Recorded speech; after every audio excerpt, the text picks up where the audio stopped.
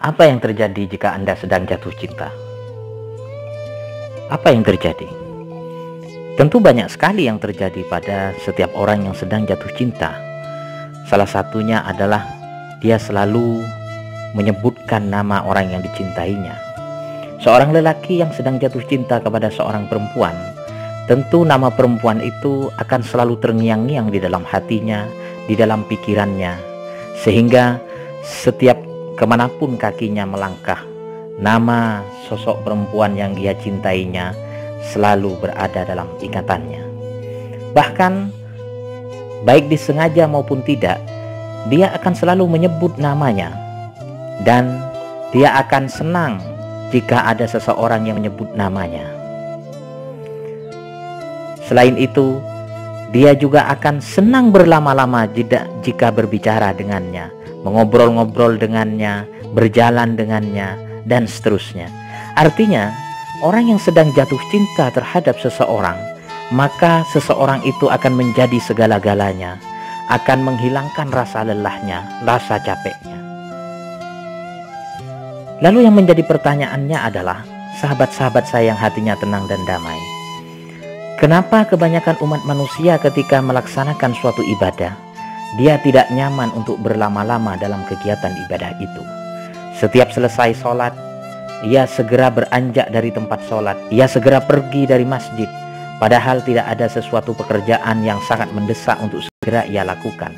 Kenapa? Setiap panggilan sholat datang, ia tidak bersegera untuk menunaikan ibadah sholat. Kenapa? Karena barangkali dia masih belum mampu menggetarkan nada-nada cintanya di dalam hatinya untuk Tuhan Yang Maha Esa.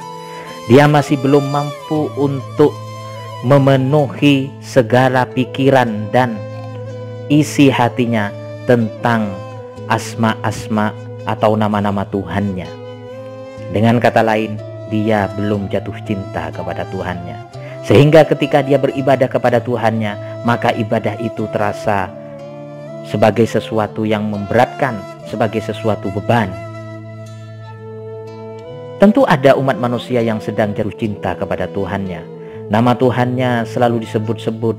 Kemana dia pergi, nama Tuhannya selalu ada di dalam hatinya, selalu ada di dalam pikirannya, dalam sanubarinya. Sehingga dia selalu berzikir.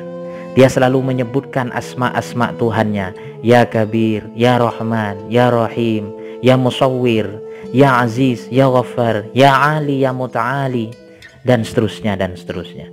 Bahkan ketika dia berdiam diri, ketika ada orang di sekelilingnya sedang menyebut nama Tuhannya, hatinya bergetar.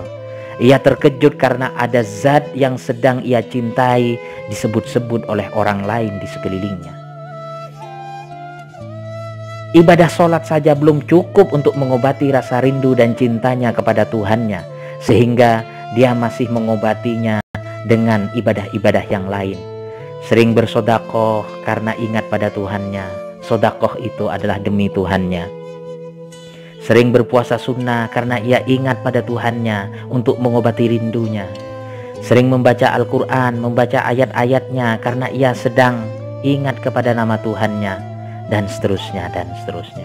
Bahkan karena Tuhannya sudah menjadi zat yang sangat dicintainya, tidak ada cinta lain selain cinta kepada Tuhannya, maka tidak ada satupun yang bisa merayu pikirannya, tidak ada satupun yang bisa menggoda hatinya, baik harta, jabatan, popularitas, wanita, dan seterusnya.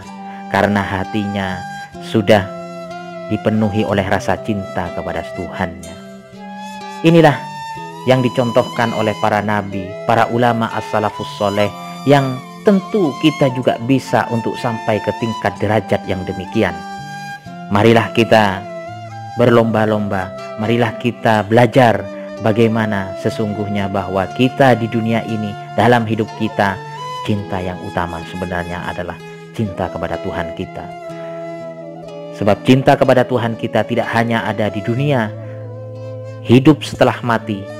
Setelah kematian dari dunia, kita masih akan bisa berjumpa dengan zat yang kita cintai, yaitu Allah Subhanahu wa Ta'ala, Tuhan Yang Maha Esa. Demikian, Semoga ada manfaatnya.